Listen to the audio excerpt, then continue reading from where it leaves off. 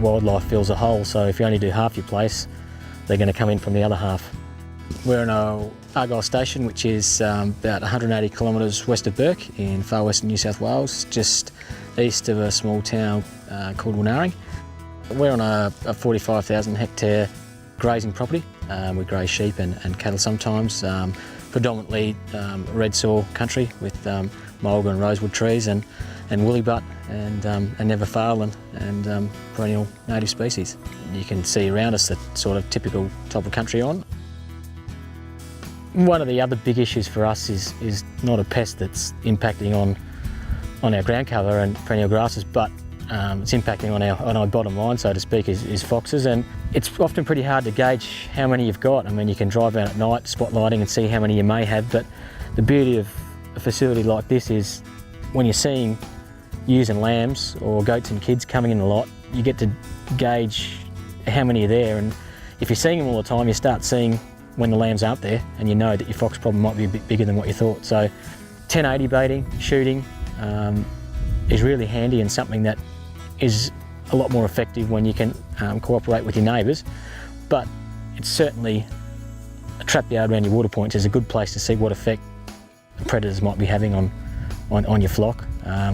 So it's pretty handy for that. You can really get to gauge whether you've really got a problem or whether you think you've got a problem or whether you think you don't and you do.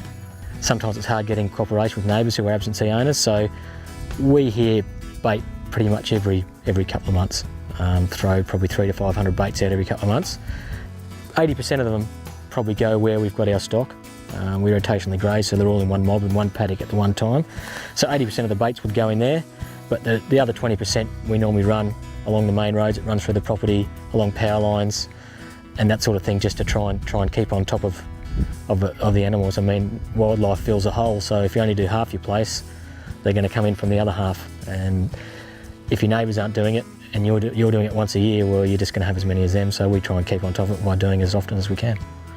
Pigs, once again, aren't really impacting on as a total grazing pressure annoyance, but it's a bottom line factor. They do get sick and injured sheep and chase lambs, and if anything it ever does get stuck in a water hole, that's where you find the pigs chewing them also. In facilities like this, they tend to destroy the fences if they're in there when you drive up and that sort of thing. So they're definitely a pest animal. The best way we found is to 1080 bait for them as well, and that mixed with shooting. And the aerial shooting is something that's done as well. This landscape where we are here right now is probably not too conducive to pigs grazing, but some of the softer black country that floods, that grows clover, you find them there eating a fair bit, and their numbers come up really quickly in a season like we've just had.